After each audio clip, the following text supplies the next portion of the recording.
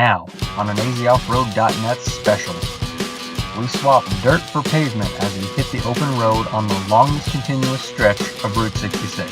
On our journey, we'll pass through, over, and underneath some of the most interesting places along the historic byway as we enjoy the ultimate road trip in a rented Camaro.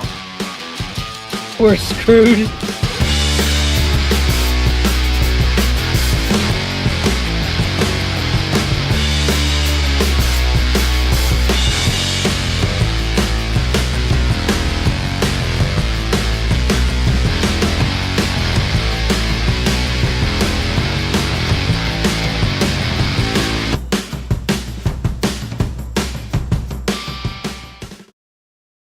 Route 66 was the mother road of the U.S., and here in Arizona, we're fortunate enough to have the longest continuous stretch of this gem running right through the northern part of our state. That gave us an idea. Why not try and drive as much of Route 66 as we could in a weekend? To make things better, why not try and do it in a cool car? So we did. Rather than going off-road today, we've got a pretty good reason to stay on the road. And that reason is this 2013 Chevy Camaro. Of course I can't do it alone. Hey guys, I'm Daniel New, Morris's cousin from Ohio, and I'm just lucky enough to be a passenger in this awesome car. As two 18-year-old guys, our minds immediately jumped to the coolest thing we could think of, a muscle car.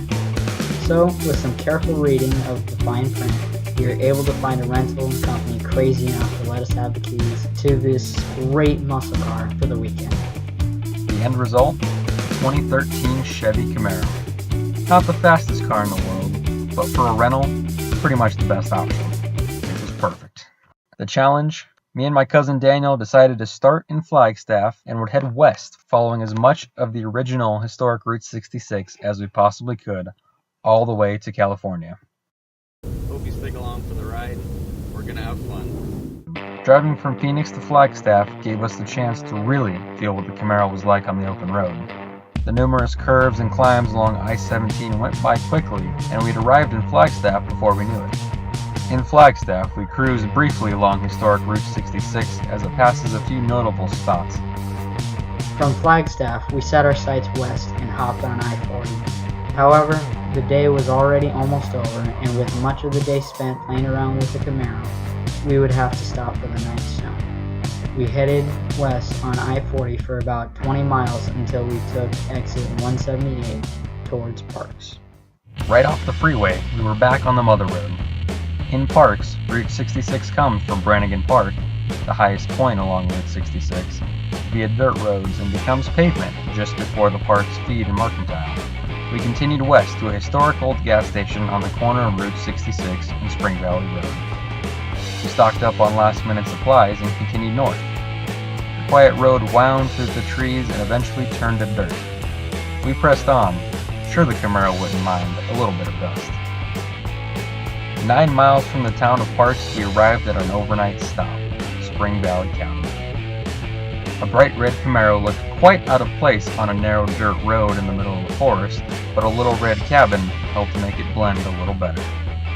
This cabin and the town of Parks would serve as our base for the next few nights as we made our Route 66 road trip. We had a simple dinner at the cabin, watched the sunset, sat around the campfire, and called it a night. Today, we'd only covered around 5 miles of Route 66, but tomorrow would be our longest leg. Excited and ready for what surely would be another great day on the road, we woke up early. After spotting some elk in the meadow by the cabin and a nice breakfast, we were on the road by about 9:30. We traveled a quick 9 miles back to the town of Parks and turned right, west, onto Route 66. Rather than take the busy interstate, we cruised along the lonely road for 6 miles until we were forced on I-40. A brief 9 miles along I-40 and we were in the town of Williams, the first major town going west along Route 66. We turned off and proceeded to follow the historic route as it goes through the Williams Historic District. Williams is known as the gateway to the Grand Canyon. It also contains the busy I-40 and the much less popular Route 66. The town itself was full of things to check out. Old railroad cars, quiet restaurants, gift shops sit all along the main drag. There's even a Route 66 zip line which cruises in the air above Route 66. We checked out the historic train depot, hit some of the highlights, and spent roughly an hour exploring the town. By about 11 a.m., we pressed on, and we were back on I-40. For the next 18 miles, we continued on the monotonous interstate, passing trucks, passing other cars, and enjoying the steep downhill section just before Ashfork. Our next detour would be to the sleepy town of Ashfork. There's a lot to do in Ashfork. One of the highlights we found was the Route 66 Museum. The museum houses tons of historical artifacts from when the railroad was built in early days of Route 66. It's worth the stop. Just outside of the museum, we found a great photo op. We parked our Camaro smack dab in the middle of Route 66 and snapped a shot.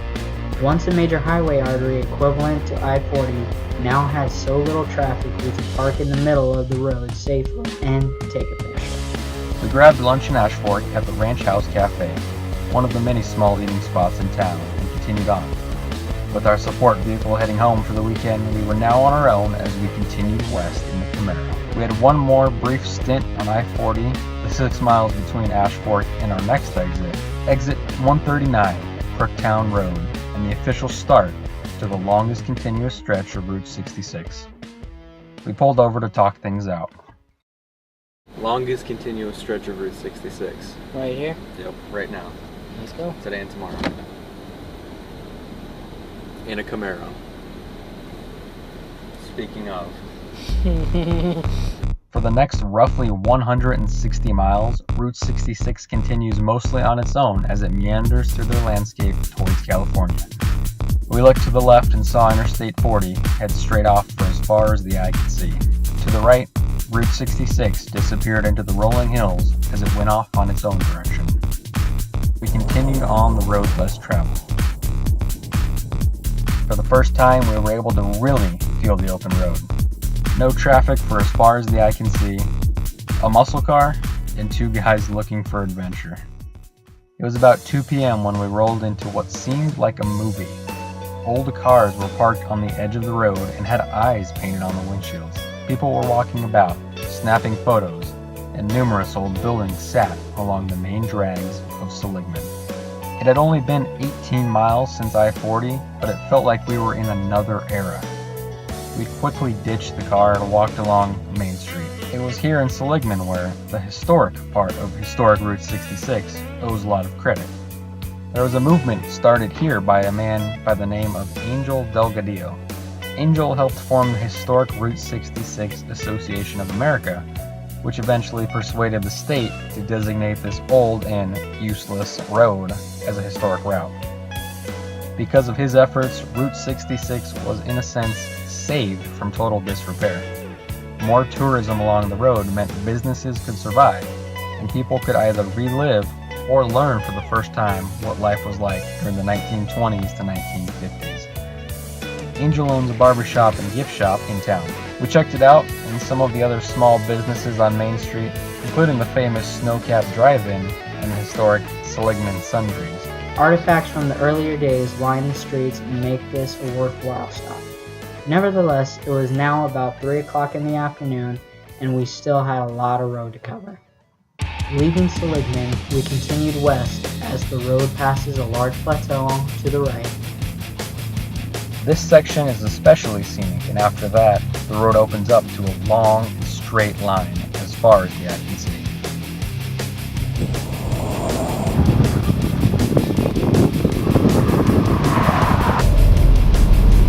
Thanks to a little trickery in the edit, this allowed us to make up a little bit of time. Going the speed limit, of course. And we caught the train.